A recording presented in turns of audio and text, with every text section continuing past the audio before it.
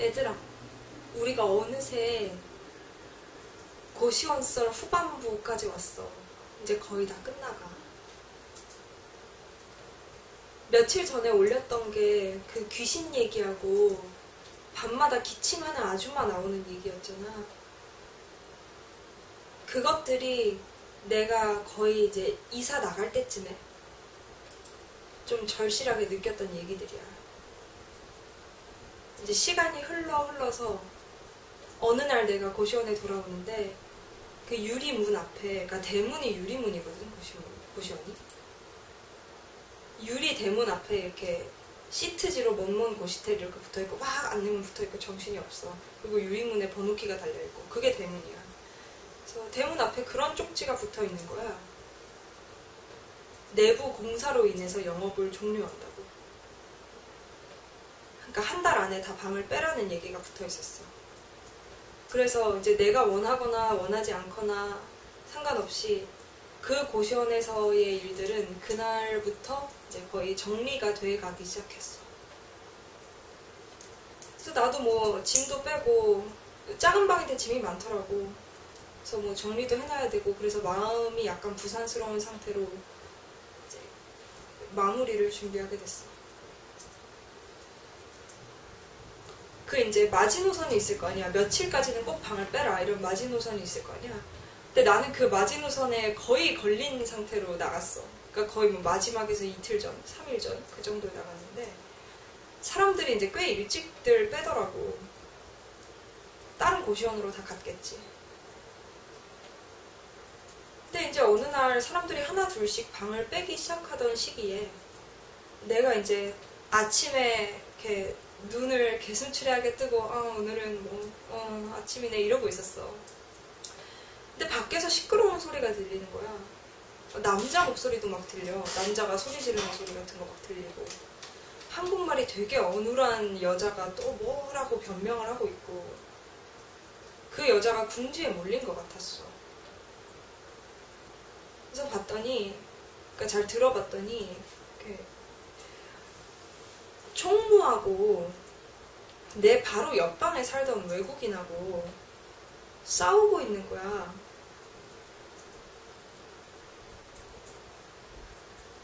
근데 이제 그 외국인이 막 이렇게 어눌한 말로 막 그래.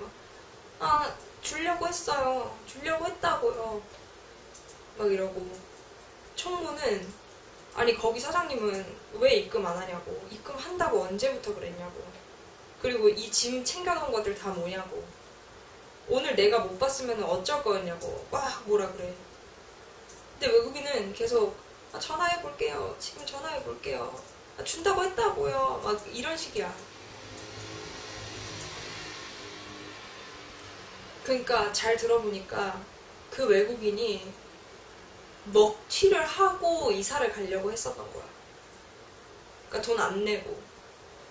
그렇게 해서 짐까지 다 챙겨놓고 나가다가 총무한테 딱 걸린 거지. 근데 그 외국인이 궁지에 몰리긴 했는데 되게 당당한 거야. 그러니까 약간 나보고 어쩌라고 뭐 그런 거 있잖아.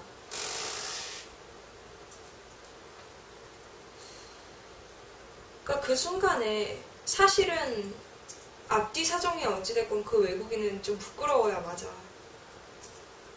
그리고 내가 그 외국인이었어도 엄청 죄책감에 시달렸을 거야. 근데 그 여자는 멀쩡하게 옷도 챙겨 입고 사장님한테 연락할 핸드폰도 들고 전화해볼게요 막 이러면서 당당하게 얘기도 하고 살도 막 쪄있고 그랬었어. 그러니까 그 순간에 그 사람의 그런 행색들, 얼마 안 되는 세간들, 이런 것들이 다 뭔가 되게 부끄러운 사물들이 된 거야. 그러니까 나는 지금 방세 안 내고 튀려고 그랬는데 내려면 얼마든지 낼 수 있잖아. 뭐 이런 게 된 거야. 그러니까 방세를 진짜 내고 싶으면 옷을 입지 마. 사장님한테 전화를 핸드폰을 팔아. 여행 가방도 팔아. 그럼 20만 원은 나와. 근데 그 사람은 그렇게 해서 방세를 내는 대신 그런 것들을 자기 행장으로 다 차고 자기 살림을 이렇게 꽁쳐 안은 채로 나 돈 없어.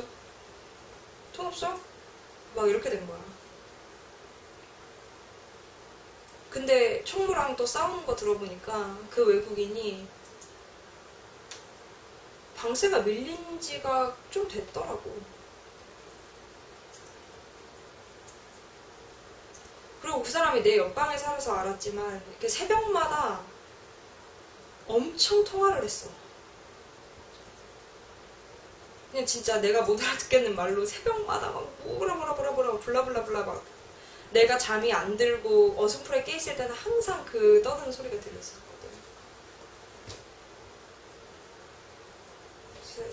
그래서 나는 그 상황에서 생각을 해봤어. 내가 저 외국인을 옹호해야 될까? 그러니까 어떻게 해서든 방세를 낸다면 내가 아까 말한 것처럼 최소한의 세간마저 다 포기하고 방세를 낸다면 그 사람은 너무 불쌍해지지만 또 그 사람은 정의로운 사람이 되는 거야. 근데 지금처럼 먹튀하다 걸려서 막 모면하고 그러면은 그 사람은 정의로운 사람은 못 돼. 정의로운 사람은 못 돼. 근데 대신 자기의 이 최소한의 품위를 지켜주는 모든 것들 있지. 핸드폰, 또 옷, 가방, 그런 것들을 잃지 않을 수 있어. 그게 얼마나 딜레마일까.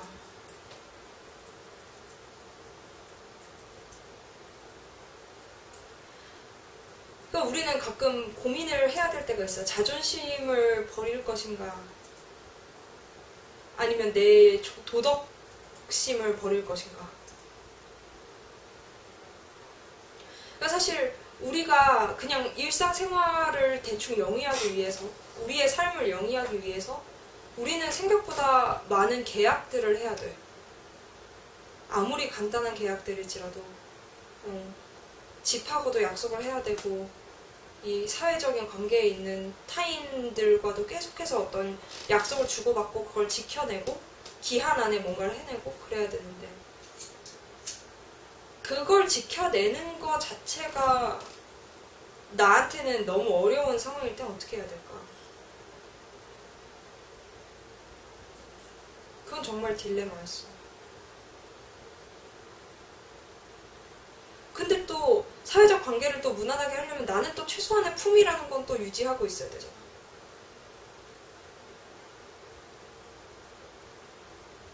근데 그걸 유지하려고 나를 좀 돌보려고 하면 나는 나랑 계약된 것들, 내가 지켜야 되는 약속들, 내가 져야 하는 책임들, 그런 것들을 질 수 없다면 어떻게 되는 걸까?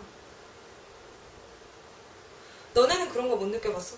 아 진짜 내가 이렇게까지 해야 되나. 진짜 나는 진짜 죽을 것 같고, 뭐 스스로는 자기 연민이 막 넘쳐. 난 너무 초라해.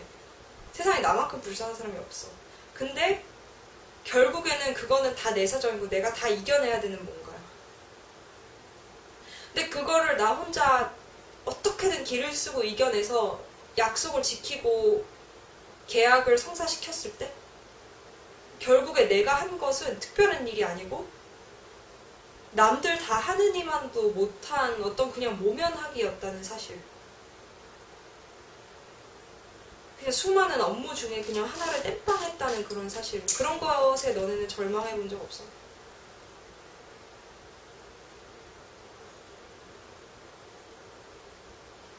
나는 그 외국인하고 총무하고 싸우는 걸 보면서 아 진짜 민폐도 안 끼치고 품위도 지키면서 제대로 사는 거, 그 제대로의 최소치만 하는 것도 역시 진짜 힘든 일이었어. 뭐 그런 걸 느꼈어.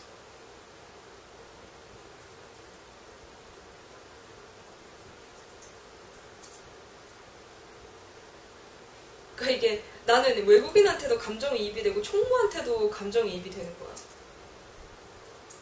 나 총무 입장에서는 저 뻔뻔한 게 얼마나 밉겠어. 할 거 다 하고 막 살 뒤룩뒤룩 쪄가지고 나한테 막 따지는 꼴이 얼마나 짜증나겠어. 근데 근데 그 외국인 입장에서는 그렇게 뻔뻔하게 따져야만 되는, 그 철판을 깔아야만 되는 자기가 얼마나 작아졌겠어. 얼마나 쥐구멍에 심고 싶을까. 그래서 그 둘을 화해시킬 수 있는 방법은 없을까? 결국에는 둘이 서로를 둘 다 혐오하게 된 거잖아. 사실 그 외국인 같은 입장에서 그렇게 이미 한번 철판을 깔았다 하면 내가 잘못했더라도 상대방한테 증오심이나 이 원한 같은 게 생길 수밖에 없어. 방귀 낀 놈이 성낸다고 하잖아. 근데 되게 슬픈 방귀 낀 놈들도 있는 거야.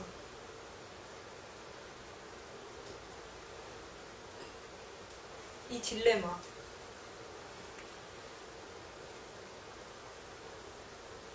아마 내가 먹튀를 하다가 그렇게 총무한테 걸렸으면은 난 진짜 죽고 싶었을 것 같아.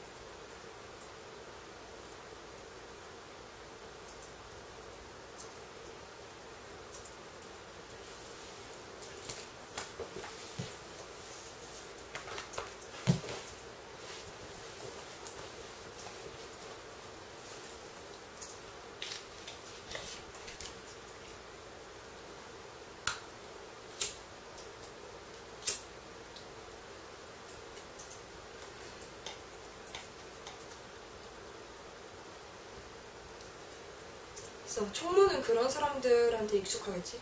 총무가 되게 조폭 같았거든. 막 팔이 막 이렇고 막 키는 작은데 저 사람한테 한 대 맞으면 내 죽을 것 같은 뭐 그런 사람이었어, 총무는.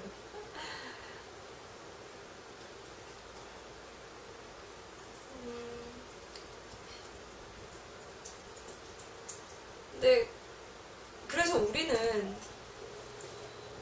연민하고 정의, 실현 사이에서 참 많이 헷갈리는 것 같아. 그래서 사람들이 복지단체에서는 아주 불행한 가정에 가서 그거를 하나하나 다 찍어와서 카메라 화면으로 찍어와서 사람들 앞에 그 불행을 들이밀어. 타인의 불행을. 그렇게 해서 연민을 자극해요. 근데 또 보수주의자들은 복지를 하면 안 된다고 얘기해. 왜냐면은 그게 그들이 능력이 없어서니까. 대가를 받는 것 뿐이다, 이렇게 얘기해. 물론 나는 그렇게 얘기를 하는 게 정의를 실현하는 거라고는 말을 못하겠어. 왜냐면 우리가 진짜 평등한 출발선 앞에 서 있는지 그런 거는 난 모르겠어. 난 사실 모든 사람한테 정말 아예 똑같은 기회를, 완전 거의 획일적인 정도로 똑같은 기회를 준다고 해도 사람들은 그 타고난 기질이나 능력이나 또 그 사회에 얼마나 부합하는 성격을 가졌는가에 따라서 선택받은 사람과 그렇지 않은 사람이 나뉜다고 생각하고, 이걸 어떻게 조율해야 될까? 연민과 공평함, 최대한의 연민을 느끼는 것이, 그리고 최대한의 이 시혜를 타인에게 베푸는 것이 정의로운 걸까? 아니면 최대한 냉정해지는 게 정의로운 걸까? 그 외국인하고 총무하고 싸우는 걸 보면서 나는 이런 고민들에 빠져들게 되더라고.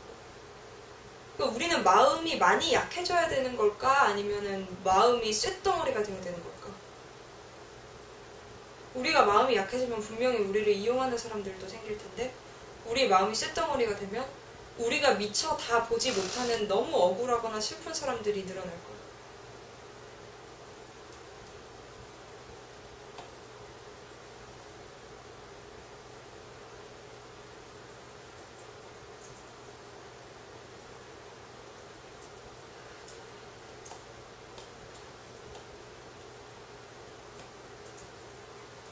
그리고 그런 것도 있잖아. 어떤 사회 제도, 뭐 행정적인 것들, 이런 것들은 되게 명확해. 딱딱 떨어져. 그러니까 기초수급자 몇 명, 소득 몇 분의 이하 몇 명, 한부모 가정 몇 명, 부채 탕감 필요한 사람 몇 명, 이런 식으로 딱딱 떨어져.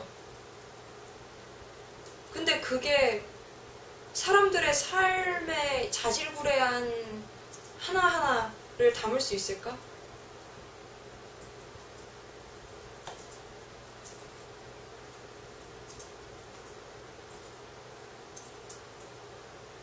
그러니까 모두가 가난하고 싶어서 가난하고 거짓말하고 싶어서 거짓말하는 건 아니잖아. 도망치고 싶어서 도망치는 건 아니고 우리 모두한테는 똑같이 세상에 와서 죽을 때까지의 매일매일의 시간, 하루 24시간이 주어지고 근데 애초에 우리 삶의 상태라는 거는 왜 그렇게 천차만별인 걸까?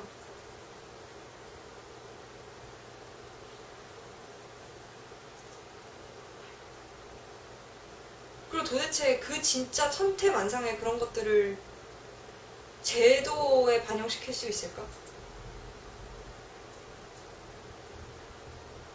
또 반대로 그 진짜 끝까지 극한까지 간 자본주의적인 그 보수의 생각이 모든 이 불가항력적인 사연들과 또 사람들의 이 심리에 얽혀있는 그런 것들, 자존심들, 자의식들, 또 꿈과 현실의 괴리감 뭐 이런 것들을 다 설명할 수 있을까? 만약에 그럴 수 있다면 모든 사람이 자기계발서를 읽고 다 위인이 돼야 돼.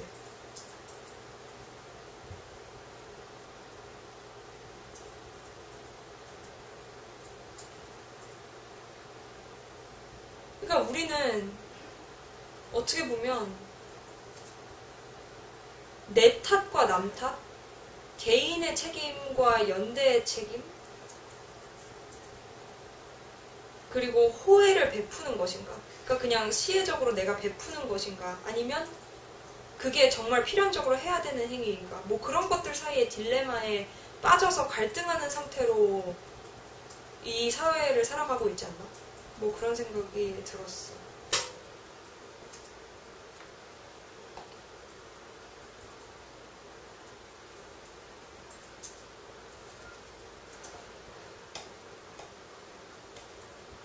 근데 나는 복지를 늘려야 된다 주의야. 결국에는 나는 그런 주의야. 근데 그런 주의를 가지면서도 항상 좀 새기는 게 있어. 그게 뭐냐면 약자는 항상 선하지 않다는 거야. 약자이기 때문에 반드시 선하지도 않고 모든 약자가 선하지도 않아.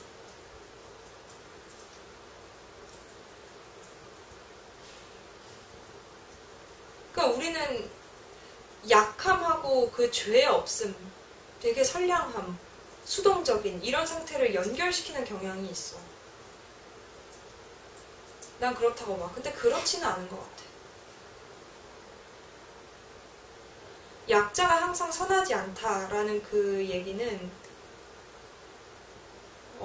철학 선생님한테 들은 거기도 한데 나는 그거를 잘 보여주는 사례가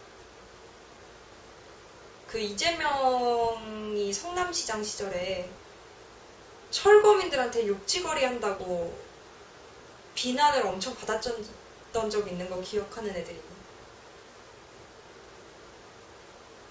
그러니까 어떤 땅에 있었던 원거주민들이 철거민이 됐어.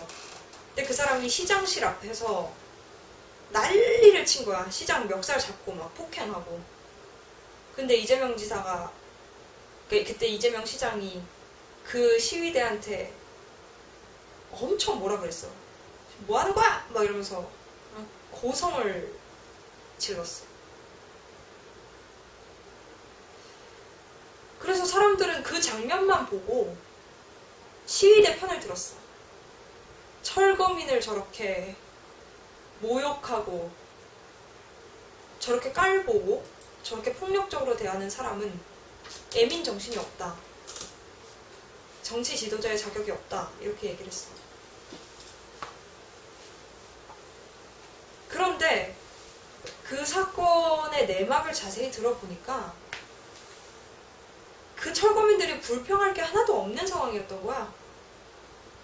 절차는 적법했고 보상도 보장돼 있었고 어쩌면 그들은 약자는 죄가 없다. 약자는 선하다. 그리고 그렇기 때문에 약자의 저항은 어떤 경우에서도 정의롭다라는 프레임을 이용한 거지.